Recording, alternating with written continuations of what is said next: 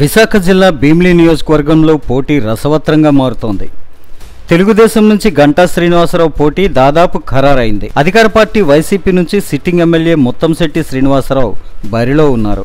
Prajarajyam party ద్వారా ముత్తంశెట్టిని రాజకీయాల్లోకి తీసుకొచ్చింది గంటా శ్రీనివాసరావే అని చెప్పక తప్పదు. అనకాపల్లి నుంచి ఎమ్మెల్యేగా గెలిచిన సంగతి తెలిసిందే. ఒక విధంగా రాజకీయ గురువు గంటా అనే అనాలి. ఒక దశలో ఇరువురి నడుమ తీవ్ర మనస్పర్ధలు రేగాయి.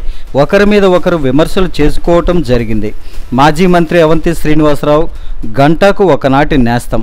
పైగా గంటాయే ఆయనను రాజకీయాల్లోకి తీసుకొచ్చాడని అంటారు. ఇక చూస్తే 2019లో భీమిలి సీటు విషయంలో వచ్చిన పేచీ మూలంగానే అవంతి వైసీపీలో చేరి టికెట్ సంపాదించారు. ఆ మీదట మంత్రి కూడా అయిపోయారు. ఇక టీడీపీలో ఉన్న గంటకు భీమిలి టికెట్ ఇవ్వకుండా చివరి నిమిషంలో విశాఖ ఉత్తరం ఇచ్చారు. దాంతో ఆయన గెలిచారు. కానీ పార్టీ ఓడిపోయింది. మాజీ మంత్రిగా 5 ఏళ్ల పాటు గంట గడపాల్సి వచ్చింది. భీమిలి నుంచి గత ఎన్నికల్లో ముత్తంశెట్టి ఎమ్మెల్యేగా గెలిచిన సంగతి తెలిసిందే. రెండోసారి మళ్లీ పోటీకి దిగారు. గంట పట్టుబట్టి భీమిలి నుంచే బరిలోకి టీడీపీ నుంచి దిగుతూ ఉన్నారు.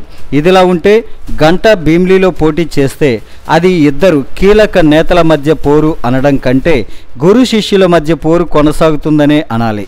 ఇప్పుడు టీడీపీ కూటమి గెలిస్తే మరోమారు మంత్రిగా హవా చలాయించాలని గంటా తలపోస్తున్నారు.